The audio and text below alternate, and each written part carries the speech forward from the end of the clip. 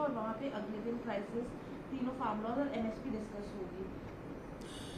देखिए, सबसे पहले तो बहुत ही दुखद है कि पिछले लगभग 8 महीने से पंजाब, हरियाणा, राजस्थान, उत्तराखंड, यूपी, मध्य प्रदेश, पूरे देश का किसान जो है वो अपने परिवारों सहित, बच्चों सहित, महिलाओं सहित, बुजुर्गों सहित दिल्ली की सरहदों पर वो आंदोलन कर रहे हैं। उन्होंने गर्मी भी झेली, सर्दी भी झेली, तूफान भी आए, आंधियां भी उन्होंने झेल ली, तो बारिश भी झेल रहे हैं आजकल।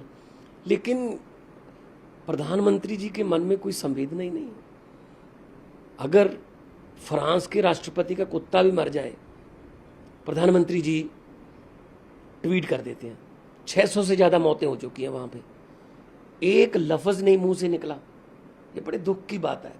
हमारा देश कृषि प्रधान देश है और किसान को हम अन्न देश कृषि प्रधान देश है और किसान को हम अन्नदाता कह रहे हैं।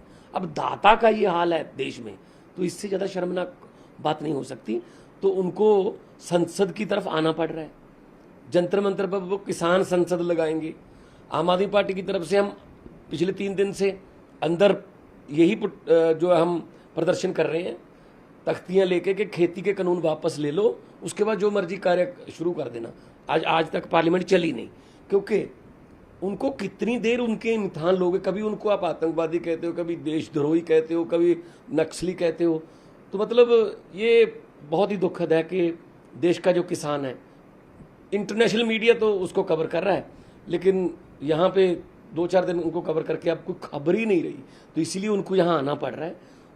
हम तो उनका वेलकम करते हैं। हम तो चाहते थे वो संसद के पास आए, देखें कि उनके प्रतिनिधि जो हैं अंदर उनके लिए क्या काम करते हैं, क्या उनके पक्ष में जो है आवाज़ उठाते हैं, क्या तीनों खेती कानूनों को रिपील करने के लिए, वापस करने के लिए कितना जोर लगाते हैं, कितना हंगामा करते हैं या कितना एफर्ट्स करते हैं। ये देखने चाहिए। लोगों की सभा है, लोकतंत्र में लोग बड़े होते हैं, नेता बड़े नहीं होते। तो हम किसानों का जो प्रदर्शन आज से शुरू हो रहा है, हम तो इसको वेलकम ही कहेंगे। उनका हक का डेमोक्रेटिक राइट है। देखिए, किसान जो है वो आंदोलन जो कर रहे हैं वो बिल्कुल शांति पूर्वक आंदोलन चल रहा है। वहाँ पे कभी भी कोई ऐसी अप्रिय घटना बॉर्डरों पर नहीं हुई, बल्कि जो आसपास के गांव हैं उनके जो लोग हैं, जो निवासी हैं, उनको भी वहाँ लंगर जो है वो खिलाया जाता है। बच्चों के लिए उन्होंने वहाँ पे स्कूल शुरू कर रखे हैं। तो हाँ, 26 जनवरी को सरकार ने एक प्लानिंग कर ली थी इस आंदोलन को बदनाम करने के लिए, कि उनको अपने ही आदमी उसमें बीच में डाल के लाल किला तक लेके उनको करने दिया सब कुछ। उसके बाद बोले ये देखिए ये तो देशद्रोही हैं। तो लेकिन किसानों ने इसका विरोध भी किया और कहा कि हम जो है ऐसे काम के लिए नहीं आए, हम अपने खेती के कानून वापस करवाने के लिए आए हैं। तो यहाँ पे अभी भी जो 4 बसों में भर के आएंगे 50-50, 200, उनके आई कार्ड, उनके आधार कार्ड, आईडी साथ में गले में लटकती रहेगी। तो अच्छा आंदोलन है, बहुत ही ऑर्गेनाइज्ड आंदोलन है। जो किसान जथेबंदियों के जो नेता है ना, उनका 40-40 साल का तजर्बा है संघर्ष का। मतलब वो ऐसा नहीं है कि कोई कल ही उठ के आ गए या परसों उठ के आ गए। तो वो सब कुछ डिसिप्लिन में रह के कर रहे हैं और उस डिसिप्लिन में रह के ही आंदोलन जो है वो आगे बढ़ पाए। सर, प्रेम सिंह बंगू जी ने कहा कि हमारा अगला स्टॉप उत्तर प्रदेश होगा और वो अपना जो मिशन है उनका यूपी मिशन वो 5 सितंबर से स्टार्ट करेंगे और वहाँ पे बीजेपी को पूरा आइसोलेट कर देंगे और there is no alternative other than repealing 3 farm laws. देखिए, खेती कानूनों को वापस लेने के सिवा और तो कोई अल्टरनेटिव है नहीं।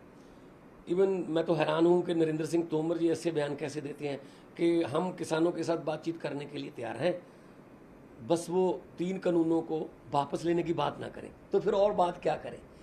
11 दौर की आपने बातचीत की, क्या किया उसमें, क्या निकला उसमें? कुछ भी नहीं। प्रधानमंत्री जी को तो हर रोज़ सुनते हैं मन की बात, कभी यहाँ कभी वहाँ। अब लोगों के मन की बात तो सुननी चाहिए ना प्रधानमंत्री जी को। तो किसान जो है वो बंगाल गए, बंगाल में उन्होंने जगह जगह प्रदर्शन किए। उन्होंने किसी पार्टी का प्रचार नहीं किया, उन्होंने सिर्फ ये कहा कि बीजेपी को वोट मत देना। तो बीजेपी का क्या हाल हुआ है बंगाल में, तो किसान इस बात से जो है खुश हैं कि हमने भी बीजेपी को हराने में कुछ योगदान दिया। यही बात वो अब यूपी में करेंगे। यूपी तो वैसे भी जो है एक खेती प्रधान स्टेट है, ठीक है ना। वहाँ तो किसानों, वहाँ के किसान तो अभी यहाँ पे गाजीपुर वाले बॉर्डर पे, टीकरी बॉर्डर पे बैठे हैं, ठीक है ना। वेस्टर्न यूपी का तो खास तौर पे ये है तो पूरी यूपी, और यूपी जाना चाहिए, उनको बोलना चाहिए कि हमारा ये हाल है और ये इलेक्शन लड़ रहे हैं, और ये कुर्सी जो है अपनी वो बचाने के चक्कर में पड़े हुए हैं। हम अपनी ज़मीन बचाने के चक्कर में पड़े हुए हैं, अपने चूल्हे की आग बचाने के चक्कर में पड़े हुए हैं, अपने बच्चों का फ्यूचर बचाने के लिए के चक्कर में हम आंदोलन कर रहे हैं, मर रहे हैं, लाठियाँ खा रहे हैं, वाटर कैनन झेल रहे हैं। तो उनको हक है कहीं भी जाने का, जाके प्रचार करने का। सर, नवजोत सिंह सिद्धू जी कल interesting like to skip the event और CID keeps eye on MLAs who met new Punjab Congress president Sidhu on Wednesday. देखो, सिद्धू साहब को मैं शुभकामनाएं देता हूं कि वो अपनी पार्टी के स्टेट प्रेसिडेंट बने हैं, लेकिन एक उम्मीद भी रखता हूं कि जितने ट्वीट वो 1 साल से 1.5 साल से करते रहे हैं, ये मुद्दा भी हल हो जाना चाहिए, ये मुद्दा ऐसे हल जो हो जाना चाहिए। तो वो अब अपना जो सरकार का कार्य समय रहता है उसमें करवाने की हिम्मत रखेंगे। और दुख की बात एक और भी है, 4 साल तो कैप्टन साहब ने महल में बैठ के बिता दिए, बाहर नहीं निकले।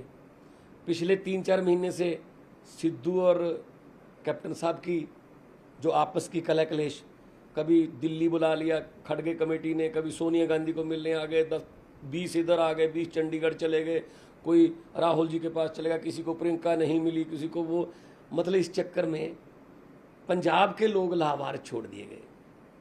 पंजाब में लोग प्रदर्शन कर रहे हैं, किसान धरने पर हैं, टीचर धरने पर हैं, सफाई कर्मचारी धरने पर हैं, हॉस्पिटल में किसी में जो है ऑक्सीजन सिलेंडर नहीं है, वेंटिलेटर नहीं है, बिजली जो है वो त्राय कर रहे हैं लोग, पावर कट्स लग रहे हैं। और इसके अलावा कोई भी ऐसा वर्ग, मुलाजिम वर्ग ऐसा नहीं है जो धरने पर नहीं है। पूरे 4.5 साल हो गए, 4.5 साल से पूरा पंजाब सड़कों पर है, अपने घर पे नहीं है। सिर्फ एक ही आदमी अपने घर पे था, कैप्टन अमरिंदर सिंह। और अब सिद्धू साहब निकले हैं, अब इनकी आपस की लड़ाई है, कल वो पता नहीं जाएंगे, पता नहीं जाएंगे वहाँ। लेकिन अगर मुख्यमंत्री और उसी पार्टी के प्रधान के बीच जो है इतना ज़्यादा अनबन होगी, तो मेरे ख्याल में ये पंजाब के लिए ठीक नहीं है। पंजाब के लोग जो हैं वो तो उम्मीद कर रहे हैं कि शायद 2022 में आम आदमी पार्टी की सरकार आए और कुछ हमारा काम हो, कुछ बने। जैसे हमने दिल्ली में किया है वैसे हम पंजाब में करके दिखाएं। अच्छे स्कूल बने, मोहल्ला क्लिनिक खुलें, इलाज फ्री हो, बिजली सस्ती हो और 24 घंटे बिजली हो। जितनी जो सहूलतें हैं वो माफिया को रोक के, माफिया पर जो है नकेल कस के, पैसा बचा के वो पब्लिक को पैसा सहूलतों के रूप में देना चाहिए। अभी नवजोत सिद्धू जी बहुत करते रहे कि ये खनन माफिया है, ये लैंड माफिया, ये सैंड माफिया, ये एक्साइज माफिया, ये गुरु साहब की बेअदबी। अभी कल मैं देख रहा था फोटो, तो जिन पर वो आरोप लगते हैं खनन के, जिन पर वो आरोप लगते हैं करप्शन के, वो तो उनके आसपास ही बैठे थे। तो फिर कैसे क्लीन होगा पंजाब, कैसे जीतेगा पंजाब? अभी सरकार उन्हीं की है, वही कह रहे हैं जीतेगा पंजाब। जीता तो हुआ पंजाब, भाई कुछ करके तो दिखा दो ना, कुछ करके दिखाएंगे तो लोग आगे लेके जाएंगे। सर, सिद्धू जी टेंपल गए थे विजिट करने, तो उनके साथ जो कांग्रेस और आम आदमी पार्टी के एमएलए गए थे, ये कहा जा रहा है रिपोर्टेडली वो रेडार पे है सीआईडी। देखिए, अब क्या है, सरकार और संगठन में ठन गई है। सरकार कैप्टन साहब के पास है, संगठन नवजोत सिंह सिद्धू के पास है। वो कह रहे हैं कि संगठन सरकार में इंटरफेयर मत करे। तो अब कैप्टन अमरिंदर सिंह भी चाहेंगे कि कौन कौन गए हैं, उनकी फाइलें करप्शन की उनके पास पड़ी होंगी, तो शायद इसीलिए उन्होंने कल उनकी स्क्रूटनी कराई होगी कि कौन कौन गए थे। शायद आने वाले दिनों में उनको भी नोटिस आएंगे। तो मतलब लेकिन आपस में मिले जुले, इसमें पंजाबियों का क्या फ़ायदा, पंजाब का क्या फ़ायदा हुआ? पंजाब के लोग तो अपने भविष्य के लिए लड़ रहे हैं, पंजाब ऐसी स्टेट है जहाँ से नौजवान लड़के लड़कियाँ आईलेट्स करके Canada, America, Australia, New Zealand, England भाग रहे हैं, अपनी धरती छोड़कर भाग रहे हैं, क्योंकि उनको यहाँ पे फ्यूचर नज़र नहीं आता। और कांग्रेस जो है वो आपस कुर्सी की लड़ाई लड़ रही है, लोग जो है वो अपने फ्यूचर की लड़ाई लड़ रहे हैं। नमस्कार, मैं हूं मानक गुप्ता। अगर आपको हमारा ये वीडियो पसंद आया हो तो इसे लाइक और शेयर जरूर करें, और हां, हमें सब्सक्राइब और फॉलो करना ना भूलें ताकि आप देश और दुनिया की कोई खबर मिस ना करें। तो जुड़े रहिए हमारे साथ और देखते रहिए न्यूज़ 24।